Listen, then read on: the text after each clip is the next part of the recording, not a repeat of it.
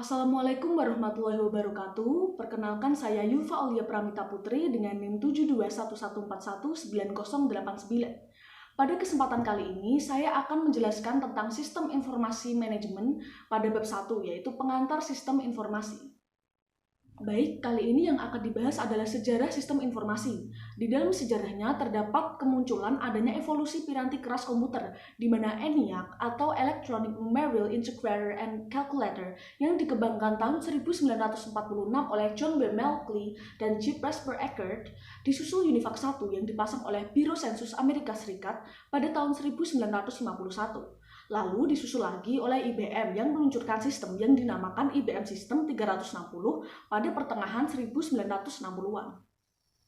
Selanjutnya adalah kemunculan komputer berukuran lebih kecil, di mana terdapat komputer mini yang dengan cepat diikuti oleh komputer yang lebih kecil lagi, yang disebut komputer mikro, di mana komputer mikro merupakan komputer yang bisa dimiliki dan dioperasikan oleh tiap individu. Lalu IBM memperkenalkan komputer mikronya yang disebut dengan personal computer atau PC atau bisa disebut dengan komputer pribadi. Selanjutnya yaitu munculnya hukum Moore pada tahun 1960, di mana di dalam hukum tersebut dinyatakan bahwa kerapatan penyimpanan sirkuit terintegrasi dari sebuah silikon akan meningkat 2 kali lipat tiap tahunnya. Selanjutnya adalah pengantar arsitektur komputer, di mana dalam pengantar arsitektur komputer terdapat elemen-elemen seperti piranti keras, piranti lunak, prosesor komputer, unit pemroses sentral atau CPU, memori akses acak atau RAM, serta CD-ROM, USB flash drive, dan hard disk, di mana piranti keras akan dikendalikan oleh sistem operasi, sedangkan piranti lunak menjalankan tugas-tugas bagi seorang pengguna, seperti contohnya pengolahan kata. Dan ketika komponen-komponen tersebut digunakan bersama-sama dengan keyboard, monitor, mouse, dan printer, komputer mikro akan dapat digunakan untuk mendukung pengambilan keputusan manajerial. Selanjutnya adalah pengantar arsitektur komunikasi. Di dalam pengantar arsitektur komunikasi terdapat standar komunikasi langsung, modem, jaringan nirkabel, dan peranti lunak firewall. Dengan adanya standar komunikasi langsung, maka komunikasi antar komputer akan lebih cepat. Dan modem sendiri adalah alat peranti keras yang memodulasi sinyal digital dari sebuah komputer ke dalam sinyal analog dan sebaliknya. Lalu jaringan nirkabel dapat menukar data dengan berbagai macam kecepatan. Dan peranti lunak firewall merupakan peranti lunak yang bertujuan untuk mengamankan jaringan nirkabel. Nah, berikut adalah figur dari arsitektur komunikasi. Di sini terlihat bahwa komponen dari arsitektur komunikasi saling sambung menyambung satu sama lain, seperti contohnya modem pengguna yang akan mengirim sinyal kepada modem lainnya, di mana modem pengguna akan mengirim sinyal lalu disalurkan ke kantor pusat perusahaan telepon, lalu dari kantor pusat perusahaan telepon akan dikirim ke stasiun bumi, lalu diterima oleh satelit, dan dari satelit akan mengirimkannya lagi ke stasiun bumi, lalu disalurkan ke kantor pusat perusahaan telepon atau loop lokal, lalu disambungkan lagi ke modem pengguna. Sedangkan menara gelombang mikro akan saling menyambung satu sama lain untuk menerima sinyal. Nah, selanjutnya adalah evolusi di bidang komputer. Di dalam evolusi di bidang komputer, terdapat sistem informasi, di mana sistem informasi adalah suatu sistem virtual yang memungkinkan manajemen untuk mengendalikan operasi sistem fisik perusahaan. Nah, di dalam sistem informasi terdapat sistem fisik dan sistem virtual.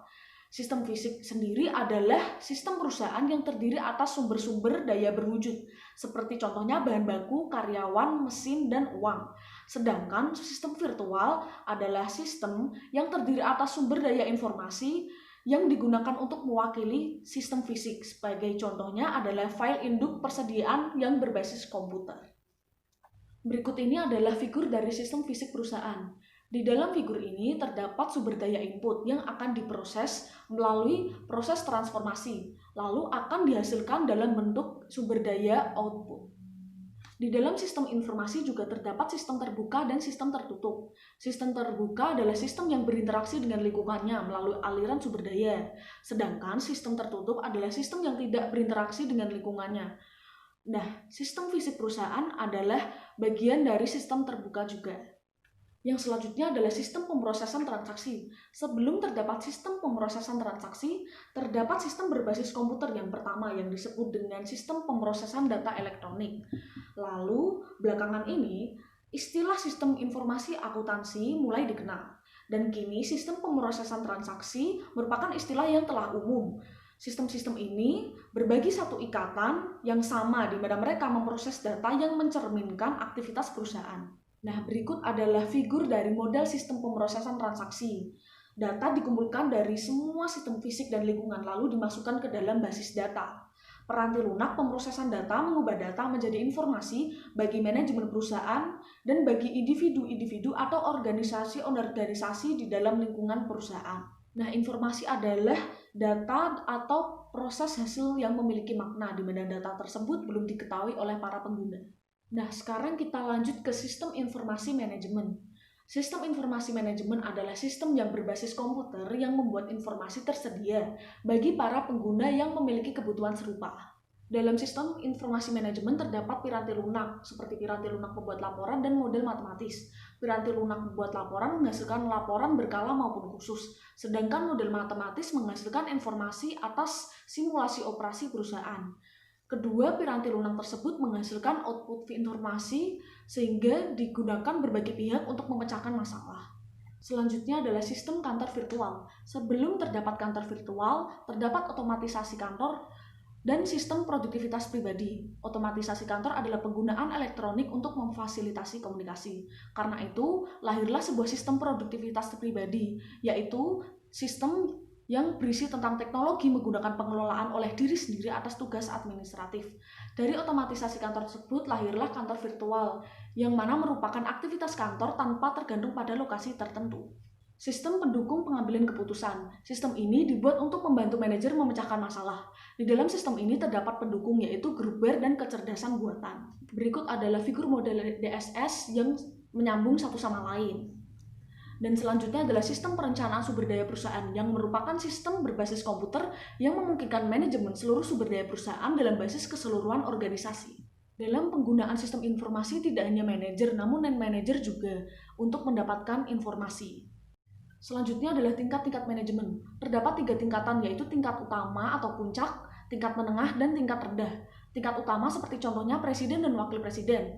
Tingkat menengah seperti contohnya manajer regional dan kepala divisi, dan tingkat rendah seperti pimpinan proyek dan penyelia. Berikut adalah figur dari tingkatan manajemen, dan selanjutnya dapat dilihat bahwa manajer dapat ditemukan di berbagai area perusahaan seperti pemasaran, produksi, dan keuangan. Berikut ini adalah apa yang dilakukan para manajer menurut Fayol. Dan selanjutnya terdapat 5 fungsi manajemen utama menurut Fayol, yaitu manajer merencanakan, berorganisasi, mengisi, mengarahkan, dan mengendalikan. Selanjutnya peranan manajerial menurut Henry Minberg adalah interpersonal yang terdiri atas tokoh, pemimpin, dan penghubung. Informasional terdiri atas pemantau, penyebar luas, penyambung. Dan desisional adalah wira swastawan, pencari solusi, pengalokasi, dan penegosiator. Selanjutnya, tahapan-tahapan pemecahan masalah terdiri atas aktivitas intelijen, yaitu mencari kondisi yang membutuhkan solusi, aktivitas perancangan, yaitu menemukan, mengembangkan, menganalisis kemungkinan tindakan, aktivitas pemulihan, yaitu memilih satu tindakan dari berbagai tindakan, dan aktivitas peninjauan, yaitu menilai pilihan-pilihan di masa lalu. Berikut ini adalah figur informasi yang mendukung masing-masing tahapan pemecahan masalah.